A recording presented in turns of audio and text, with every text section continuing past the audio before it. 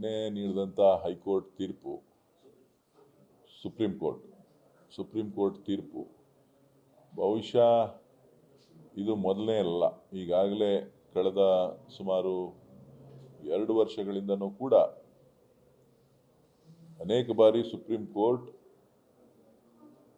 ಇಡಿ ಅಧಿಕಾರಿಗಳಿಗೆ, ಇಡಿಗೆ ಸಂಬಂಧಪಟ್ಟಂತ ಕೇಸ್ಗಳೇನು ದಾಖಲೆ ಮಾಡ್ತಾ ಇದ್ದಾರೆ, ವಿಚಾರಣೆಗಳಿಗೆ ಅನವಶ್ಯಕವಾಗಿ ಮಧ್ಯಪ್ರವೇಶ ಮಾಡ್ತಾ ಇದ್ದಾರೆ, ಅದರ ಬಗ್ಗೆ ಸಾಕಷ್ಟು ತೀಕ್ಷ್ಣವಾಗಿ ತಮ್ಮ ಎಲ್ಲೇ ಮೀರ್ತಾ ಇದ್ದೀರಿ ಅಂತಕ್ಕಂಥದ್ದನ್ನು ಕೂಡ ಹೇಳಿದ್ದಾರೆ. ಆದರೆ ಇವತ್ತು ಎಲ್ಲವನ್ನು ಬಿಟ್ಟು ರಾಜಕೀಯ ಕೈಗೊಂಬೆಯಾಗಿ ಕೆಲಸ ಮಾಡ್ತಾ ಇರ್ತಕ್ಕಂಥದ್ದನ್ನು ನಾವು ನೋಡ್ತಾ ಇದ್ದೇವೆ. ಸೊ ಬಹುಶಃ ಕಳೆದ ವಾರ ಮದ್ರಾಸ್ ಹೈಕೋರ್ಟಲ್ಲೂ ಕೂಡ ಒಂದು ಕೇಸು ಬಹಳ ತೀಕ್ಷ್ಣವಾಗಿ ಉತ್ತರವನ್ನು ಇಡಿ ಅಧಿಕಾರಿಗಳಿಗೆ ಕೊಟ್ಟಿದೆ.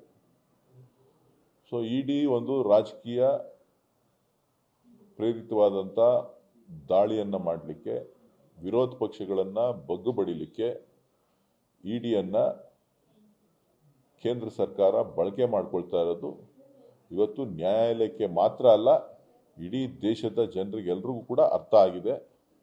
ಬಹುಶಃ ಮುಂದಿನ ದಿನಗಳಲ್ಲಾದರೂ ಕೇಂದ್ರ ಸರ್ಕಾರ ಈ ಒಂದು ದ್ವೇಷದ ರಾಜಕಾರಣವನ್ನು ಬಿಟ್ಟು ಅಭಿವೃದ್ಧಿಯ ಬಗ್ಗೆ, ದೇಶದ ಆಗುಹೋಗುಗಳ ಬಗ್ಗೆ, ದೇಶದ ಜನರ ಸಮಸ್ಯೆಗಳ ಬಗ್ಗೆ, ದೇಶದ ಯುವಕರ ಭವಿಷ್ಯದ ಬಗ್ಗೆ ಚಿಂತನೆಯನ್ನ ಮಾಡಲಿ ಅಂತ ಹೇಳಿ ನಾನು ಒತ್ತಾಯವನ್ನ ಮಾಡ್ತೇನೆ.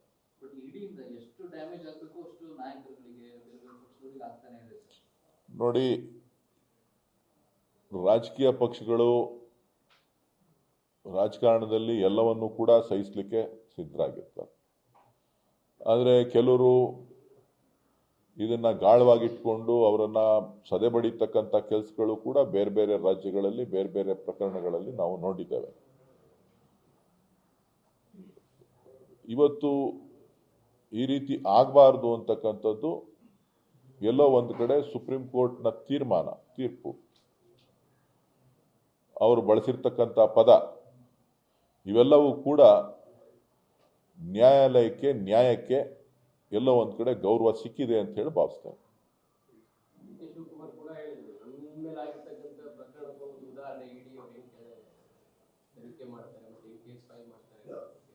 ನೋಡಿ, ಅದೇನಾ ಇಡಿ ಅವರು ಈಗ ನಮ್ಮ ಮೇಲೆ ಕೇಸು ಪ್ರಕರಣ ವಜಾ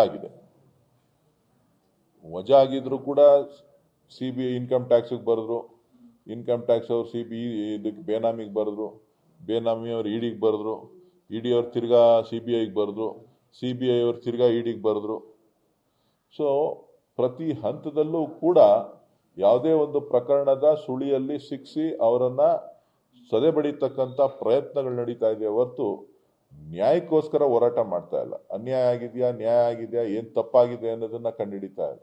ಎಲ್ಲೋ ಒಂದ್ ಕಡೆ ಎಲ್ಲಾರ ಒಂದ್ ಕಡೆ ತಪ್ಪಿಸ್ಕೊಂಡ್ರೆ ಇನ್ನೊಂದ್ ಕಡೆ ಇಳ್ಕೋಬೇಕು ಅಂತಕ್ಕಂಥ ಒಂದು ಪ್ರವೃತ್ತಿಯನ್ನ ಬಳಸ್ಕೊಂಡು ಕೇಂದ್ರ ಸರ್ಕಾರ ಕೆಲಸ ಮಾಡ್ತಾ ಇದೆ.